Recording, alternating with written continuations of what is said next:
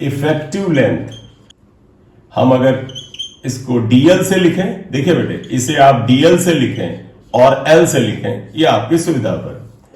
Effective length का मतलब ये होता है बेटा, अगर कोई रॉड ऐसे सीधी ना रखी हो, यानी एक कंडक्टर है बेटा, अब यार को एक कंडक्टर है ऐसे कुछ घुमा फिरा के रख दिया गया, एक कंडक्टर है बेटा, तार है, रॉड है, कुछ मान लिया ऐसे घुमा फिरा के रख दिया गया, इसका ये एंड अगर हम मान ले P है, ये एंड Q है, और इसको आपने एक मैग्नेटिक फील्ड में रखा। मैग्नेटिक फील्ड को सिर्फ इतना दिखा दे, कोई प्रॉब्लम नहीं होनी चाहिए, क्योंकि ये मैग्नेटिक फील्ड इस हर जगह पे फैला हुआ है, मतलब ये कंडक्टर इस तरह के मैग्नेटिक फील्ड में रखा है।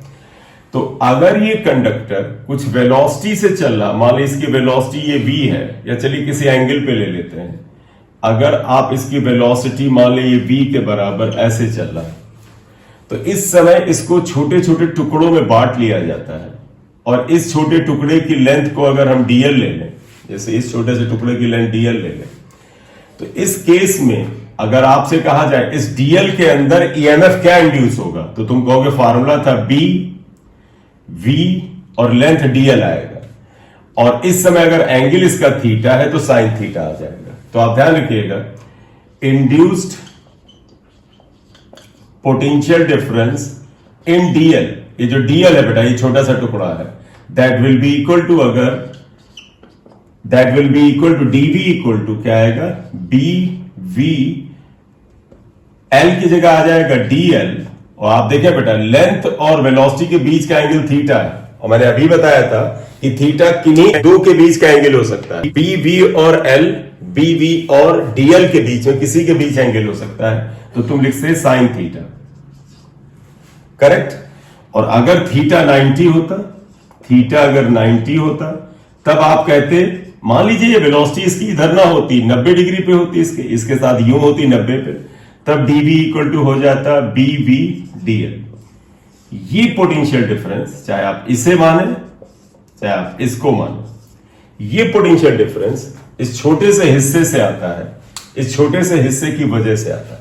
अब अगर आपसे कहा जाए इस पूरे की वजह से बताओ, यानी P से लेके Q तक, therefore इंड्यूस्ड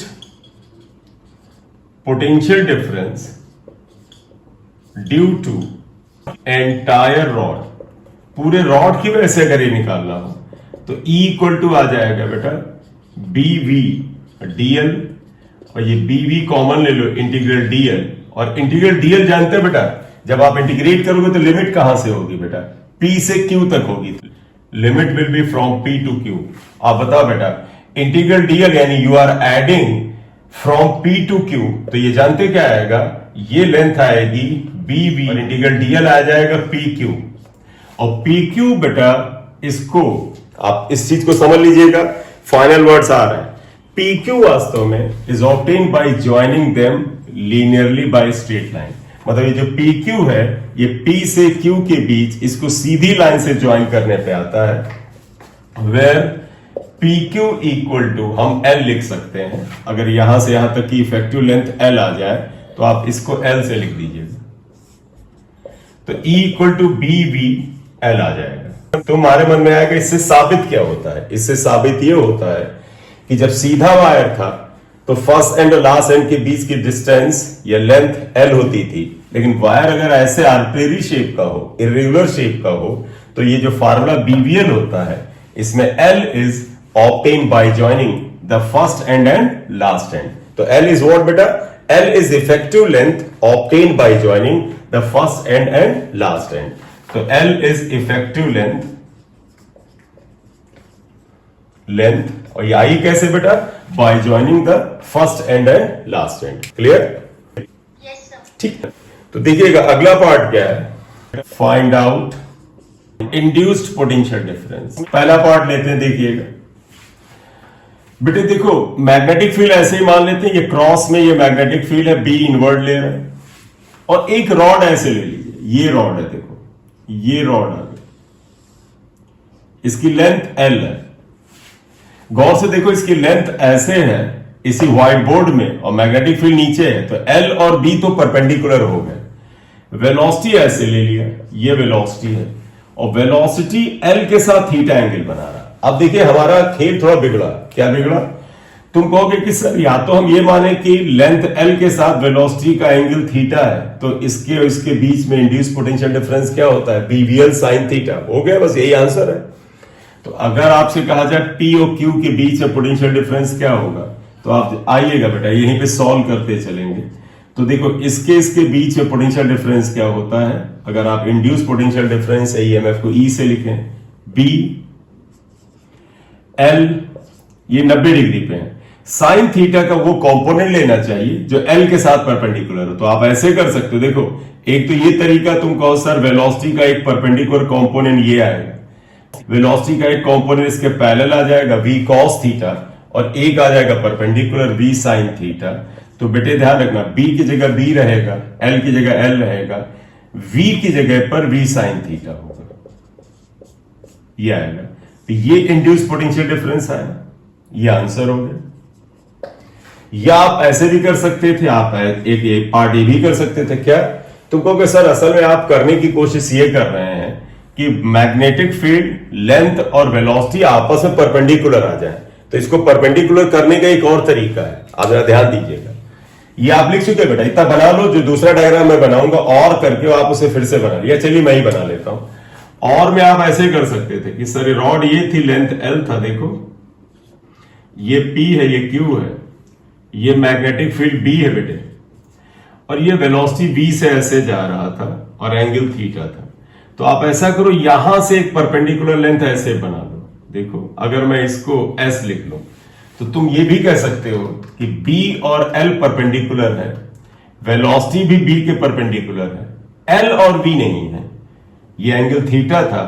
तो आप देखें यहां पर इन ट्रायंगल PQL, ये अगर थीटा है बेटा तो ये भी एंगल थीटा है। साइन थीटा क्या आ जाएगा, साइन थीटा इक्वल टू होता है परपेंडिकुलर यानी ये PS आएगा अपॉन हाइपोटेन्यूज यानी ये लेंथ L आएगा, इसलिए PS equal to L sine theta होगा। कंक्लूजन ये ड्रॉ हुआ कि PS जो है ये देखो वेलोसिटी V के साथ 90 डिग्री पे है। तो इस केस में अगर आप वेलोसिटी का कंपोनेंट नहीं करना चाहते हैं तो आप इस लंबाई का कंपोनेंट ये वाला कर दीजिए, और ये वाला कंपोनेंट कितने के बराबर आया देखें बेटा, L साइन थीटा है। तो बताएं देयरफॉर इंड्यूस पोटेंशियल डिफरेंस क्या आएगा, B V ये वेलोसिटी और L की जगह ये परपेंडिकुलर लेंथ ये आएगा, that is L sine theta. या दोनों वैल्यू सेम ही है, तो चाहे इस मेथड से चाहे इस मेथड से चलें। कंक्लूजन ये है बेटा, फाइनल वर्ड ये है कि B V और L आपस में परपेंडिकुलर होने चाहिए, और लेंथ की वैल्यू फर्स्ट एंड और लास्ट एंड को डायरेक्टली ज्वाइन करने से निकाला जाता है अगर शेप ऐसा स्ट्रेट ना हो। करेक्ट? तो आंसर इससे भी निकाला जा सकता है, आंसर इससे भी निकाला जा सकता है। देखिएगा question, find out induced potential difference. देखिएगा बेटा, मैग्नेटिक फील्ड ऐसे लिया, इनवर्ड है, रॉड ये है, देखो ये रॉड हमने बनाई, ये रॉड। अब हम चाहे ऐसे ही बना लें, कोई जरूरी नहीं कि रॉड को ऐसे डबल लेयर का बनाए, हमने यही बना लिया, रॉड हो गई। इसकी ये लेंथ L है, ये लेंथ L है, मैग्नेटिक फील्ड बताया गया, वेलोसिटी ये बेटे जा रहा है, और ये एंगल थीटा है, ये एंगल थीटा है। तो आप बताइएगा, एक तो जो अभी किया गया उसी के तरीकों का इस्तेमाल कर सकते हो तुम कि सर आपने ये परपेंडिकुलर डिस्टेंस अभी निकाली थी, और ये परपेंडिकुलर डिस्टेंस कितने के बराबर आई थी याद करो, ये आई थी L साइन थीटा, और उसी तरह से ये परपेंडिकुलर डिस्टेंस निकाल दीजिए, L साइन थीटा आएगा। तो आप इस स्ट्रक्चर में इंड्यूस पोटेंशियल डिफरेंस P और Q के बीच बताइए, ये पूछा है। आप बताएं बेटा, अगर P और O में कहा जाता तो कितना आता, वो तो वही आता बेटा, B V L sine theta. जरा समझिएगा, जरा ध्यान से देखिएगा क्या आएगा, induce EMF between P and O। P and O कितना आएगा, अभी किया था बेटा वही आएगा, B यानी मैग्नेटिक फील्ड, V ये वेलोसिटी, दोनों 90 पे हैं, और परपेंडिकुलर डिस्टेंस बेटा देखो P और O के बीच की परपेंडिकुलर डिस्टेंस ये आएगी L साइन थीटा। इसको आप ऐसे भी लिख सकते हैं, आप इसको ऐसे भी लिख सकते हैं क्या। अच्छा अब एक चीज बताओ बेटा, राइट हैंड पाम रूल लगा के बताओ, P हायर वोल्टेज पे होगा कि वो हायर वोल्टेज पे होगा, जरा देखो। P हायर पे होगा, क्यों? देखो मैग्नेटिक फील्ड की डायरेक्शन में उंगलियां रखी है, वेलोसिटी की डायरेक्शन में अंगूठा, तो आप ये रखें तो हायर एंड पी हुआ, तो पी हायर एंड पे हुआ, तो इसको आप ऐसे भी लिख सकते थे, EMF of P minus EMF of O equal to BVL sine theta. आप इसको इक्वेशन माने 1 या इसको माने सब एक ही चीज। चलिए सिमिलरली और एक चीज देखिएगा, तुम्हारे मन में एक बात आनी चाहिए कि सर आपने पी और ओ का ईएमएफ बताया, अब जरा ओ क्यू का बताइए। देखो बेटा पी और ओ क्यू बिल्कुल आइडेंटिकल है, तो EMF between O and Q कितना आ जाएगा? वही बेटा बी वी और परपेंडिकुलर डिस्टेंस ये यहां तक बेटा, ये यहां से B V L sine theta. Equation 3 आए। अब बताओ बेटा ओ और क्यू में कौन हायर वोल्टेज पर है? ओ, बिल्कुल सही। Therefore E O minus E Q equal to BVL sine theta. ये आ गया, इक्वेशन 4 आ गया। अब मान लें क्वेश्चन में अगले में ये पूछा कि पी और क्यू में इंड्यूस पोटेंशियल डिफरेंस बताओ, तो अब हमें पता करना है ई पी क्यू, ये हमें पता करना है। जो अभी हमारे पास जानकारी है उसके अनुसार हम ऐसा करें, इक्वेशन 4 और इक्वेशन 2 को ऐड कर दें।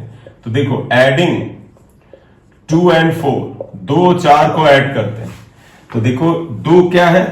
ईपी माइनस ईओ प्लस, देखो बेटा ये हमने ऐड किया, ये इसमें ऐड किया EO minus E Q equal to, right hand side में ऐड करो तो 2 बीवीएल साइन थीटा आएगा।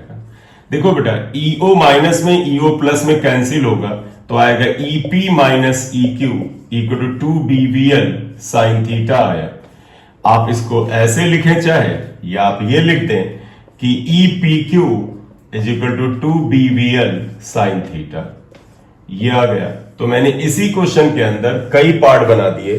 फाइनली अक्सर अगर तुमसे ये पूछा जाए, देखो बेटा फाइनली अगर तुमसे ये पूछा जाए पी और क्यू के बीच का पोटेंशियल डिफरेंस बताओ, तो आएगा 2 बीवीएल साइन थीटा। जानते हो क्यों? क्योंकि ये रॉड देखो हल्के सा शेप लिए हुए है, तो इफेक्टिव लेंथ क्या होगा बेटा? पी क्यू की लंबाई, और पी क्यू की लंबाई कितनी है? एल साइन थीटा, ये एल साइन थीटा, ये इन दोनों को जोड़ दो तो आएगा 2L साइन थीटा। तो इसके और इसके बीच में इंड्यूस ईएमएफ आएगा बी वी और 2L साइन थीटा। देखो यही आता है। क्लियर? तो मैंने इसको बेटा इतना डिटेल इसलिए करा दिया क्योंकि जरूरी थोड़ा ही है कि बेटा पी क्यू के बीच में पूछें, डायग्राम बनाएंगे इसके बीच पूछ लेंगे। जो बच्चा इसको लेकर के यानी पी और क्यू के बीच के ईएमएफ को याद करके बैठा है, याद क्या बेटा? तरीका याद करके बैठा है, तो फिर वो फंसेगा कि अगर पी और ओ में पूछें या ओ और पी में पूछें। अगर पी और ओ को कंपेयर करें तो पी हायर वोल्टेज पर है, ओ और क्यू को करें ओ हायर वोल्टेज पर है, और पी और क्यू को करें तो पी हायर वोल्टेज पर। देखो पी प्लस था और क्यू माइनस में था। करेक्ट? फाइंड आउट ई पी क्यू। फिर ले रहा हूं, देखो मैग्नेटिक फील्ड ऐसे नीचे बना, एक ऐसे सेमी सर्कुलर कंडक्टर है बेटा, it is a semi circular conductor ये, और ये बेटा इसका कुछ रेडियस डायमीटर दिया गया है, आपसे बता दिया गया कि ये इसका रेडियस आर है, पी ये क्यू है, ये वेलोसिटी v से मूव कर रहा है। ध्यान रखिएगा कंडक्टर सिर्फ ये p से q ये है सेमी सर्कुलर। पूछ रहे हैं ई पी क्यू बताओ, यानी p और q के बीच में पोटेंशियल डिफरेंस बताइए। तो पता है induce EMF between p and q is b, ये हुआ वेलोसिटी v क्योंकि दोनों 90 डिग्री पे हैं। l बेटा ये लेंथ आएगी ये, और ये कितने के बराबर? r plus r 2r। तो यहां पर लिखोगे l, where l equal to what बेटा? 2r। तो बेटा E P Q equal to B V into 2r, यानी E P Q equal to 2 B V R. ये आ गया, ये आंसर हो गया। हायर वोल्टेज पे कौन सा है बेटा? फिर वही राइट हैंड पाम रूल लगा के देखो बेटा कौन हायर वोल्टेज पर है। तो जब ये इधर जा रहा है तो देखो अंगूठा इधर रखे वेलोसिटी की डायरेक्शन में, मैग्नेटिक फील्ड पी अभी भी हायर वोल्टेज पर है, यही हायर पे जाएगा, यानी EP minus E Q equal to 2 BVR. ये क्वेश्चन 2 आया, ये आंसर। अब एक चीज बताइएगा, अगर इस क्वेश्चन में ही ये पी क्यू था, अगर आप पी और ओ के बीच में पूछ लेते इंड्यूस ईएमएफ, बताएं इसमें ये पहला था, तो अगर इसका सेकेंड पार्ट फाइंड आउट ई पी क्यू, ये पहला पार्ट के लिए इसी में बना दो, ई पी ओ, पी और ओ के बीच में ई ओ क्यू, ये 3 पार्ट करने हैं। तो अब सेकेंड पार्ट पे आ जाओ बेटा, पी क्यू के बीच में आ गया बेटा। देखो पी और ओ चाहिए, तो आप बताएं बेटा, पी और ओ को अगर बनाना तो आप ऐसे ही तो बनाओगे, ये आएगा देखो पार्ट, ये पी है, ये ओ है, मैग्नेटिक फील्ड बी ऐसे था ही, आप देखें ये है, वेलोसिटी ये बी है बेटा। देखें मैग्नेटिक फील्ड के साथ वेलोसिटी तो परपेंडिकुलर है, डिस्टेंस इसकी परपेंडिकुलर। तुमको सर ज्वाइन ऐसे करके ले लें, आपने बताया था कि लाइन ज्वाइनिंग क्या है, अगर हम ऐसे ज्वाइन करें तो क्या ये वेलोसिटी के परपेंडिकुलर है? नहीं है, तो तुम्हें इफेक्टिव लेंथ ऐसे लेनी पड़ेगी बेटे। ये आप लोग ये आर होगा, आर ही यहां पर एल है बेटा। देखो L is actually R here, बोले बेटा, क्लियर? तो यहां पर ध्यान रखिएगा, EPO equal to BBL and that is equal to BBR, ये आंसर आएगा। हायर वोल्टेज पे कौन है? पी ही है बेटा हायर पे, पी की तुलना में लोअर पे, यानी EP minus EO equal to BBR. या थर्ड पार्ट आइएगा, देखो बेटा ई ओ क्यू, फिर आप बोलो बेटा ओ क्यू ये पोर्शन हुआ, इसकी भी इफेक्टिव लेंथ देखें बेटा, ये आप देखिए बेटा, ये है, ये ओ हो गया, ये क्यू हो गया, और वेलोसिटी ये इधर ही हो गई, ये वेलोसिटी ये हो गई। तो आप बताएं बेटा इसके लिए इफेक्टिव लेंथ ये आ जाएगी ना, क्योंकि लेंथ न केवल इफेक्टिव हो बल्कि परपेंडिकुलर भी होनी चाहिए। तो E O Q is again B B R, यही आ जाएगा, करेक्ट?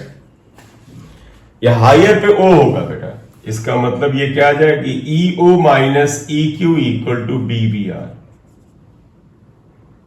देखो बेटा मैग्नेटिक फील्ड भी ये है, और एक रॉड ऐसे रखी है, ये इसकी लेंथ एल के बराबर है, और ये वेलोसिटी वी से मूव कर रही है।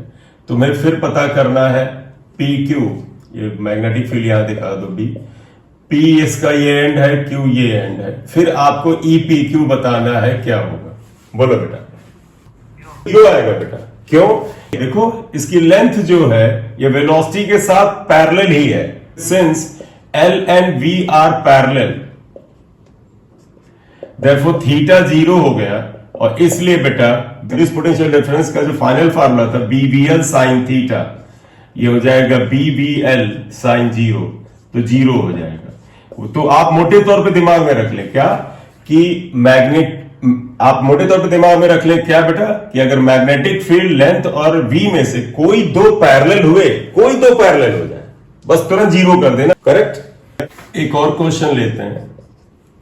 देखो बेटा अगर एक क्वेश्चन ऐसे बना रहे हैं, ये मैग्नेटिक फील्ड इज हियर, एक क्लोज लूप है बेटा, एक क्लोज सर्कुलर लूप है, ऐसे बनाया, क्लोज वायर का क्लोज लूप है, तो इसमें इंड्यूस में बताना है, फाइंड आउट इंड्यूस्ड ईएमएफ,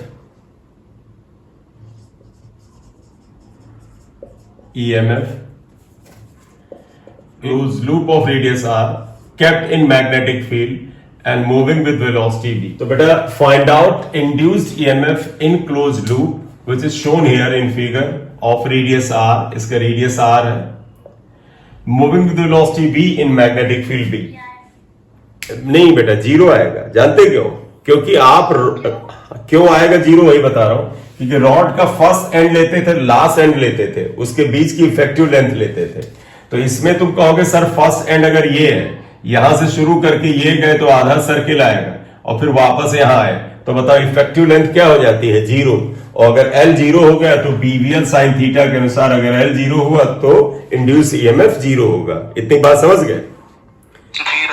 हाँ, नहीं और भी मैं इसका बता देता हूं, पूरा डिटेल बता देता हूं। पहली नजर में तो ये ध्यान रखना, क्या यहां पे लिखोगे इन क्लोज्ड लूप, और क्लोज लूप में बेटे ध्यान रखिएगा सर्कुलर ही नहीं होना चाहिए, किसी भी शेप का क्लोज लूप हो, किसी भी शेप का, इंड्यूस पोटेंशियल डिफरेंस 0 आएगा। In closed loop effective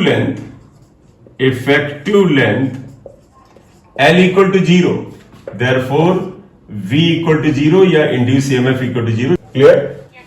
explanation मैं दे देता हूं, मैं एक्सप्लेन कर देता हूं ये क्यों होता है। देखो इसका एक्सप्लेनेशन ये है, वास्तव में इस पूरे सर्किल को दो सेमी सर्किल से बना मान लो। देखो एक ये सेमी सर्किल और एक इधर का सेमी सर्किल, तो इसको आप ऐसे करो कि दो सेमी सर्किल से बना मान लो।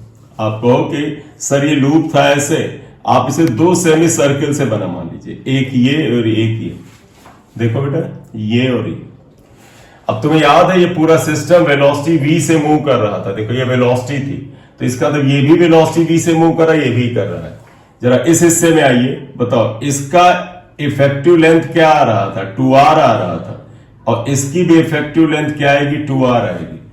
तो इस एंड को अगर मैं अपने हिसाब से P1 Q1 लिख लूं, इसको अगर मैं P2 Q2 लिख लूं, तो बताइएगा बेटा E P1 Q1 क्या आएगा, बताओ बेटा। इस हिस्से में इंड्यूस ईएमएफ क्या आएगा, तुम्हें याद है ना, BV इंटू 2R।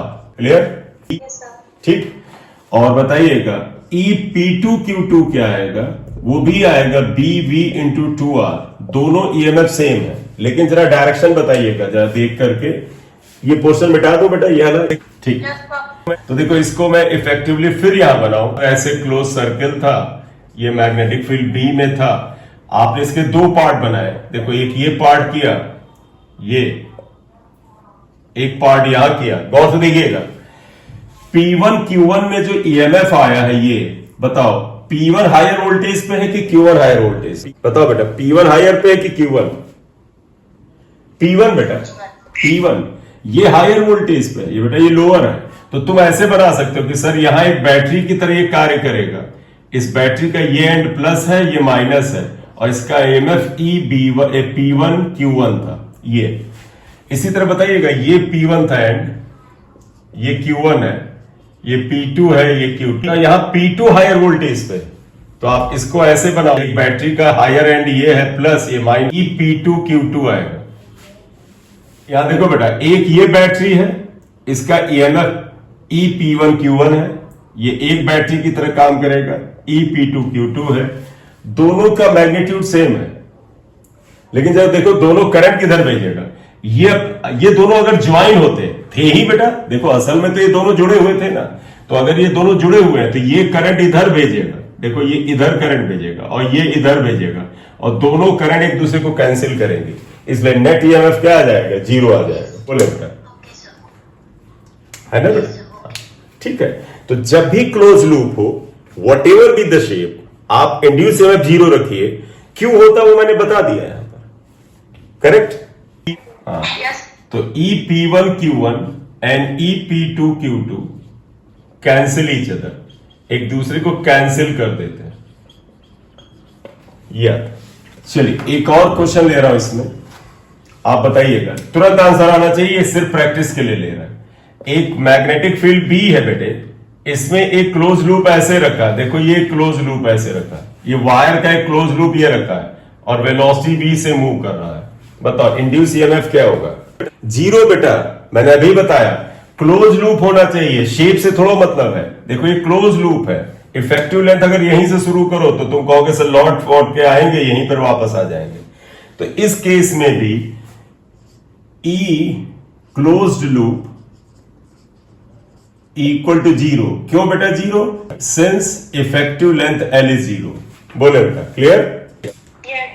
क्वेश्चन और कर रहे हैं, आप इसमें आंसर बताइएगा। क्यों बेटा, एक मैग्नेटिक फील्ड B फिर हमने ये लिया, इसमें क्लोज लूप ऐसे ले रहा हूं, देखो एक ये ट्रायंगुलर क्लोज लूप ले रहा हूं,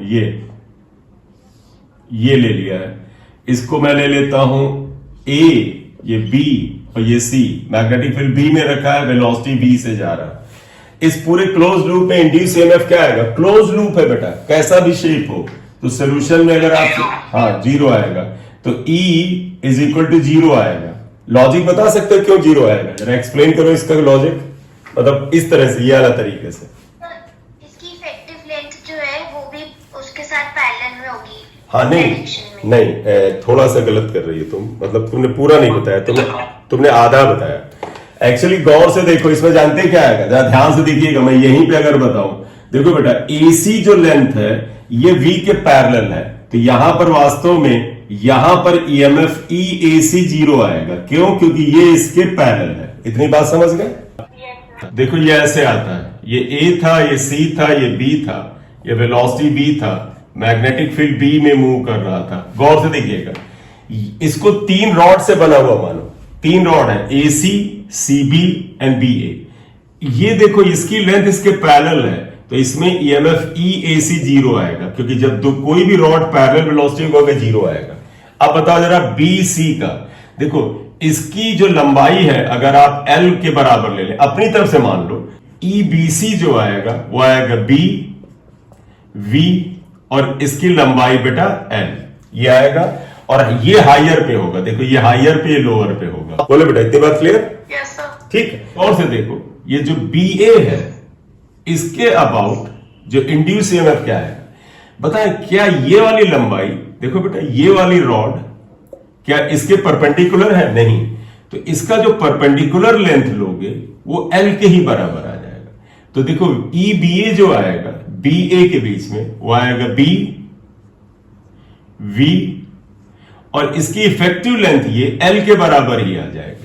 और ये देखो बेटा, इसका भी ये एंड हायर है, ये लोअर पे होगा। अब गौर से देखना बेटा, इसका ये एंड हायर, तो इसका तब ये अपनी करंट इधर भेजेगा, ये इसका ये हायर इधर भेजेगा, और ये दोनों एक दूसरे के EMF को कैंसिल करेंगे और ये 0 है, इसलिए नेट EMF क्या आएगा?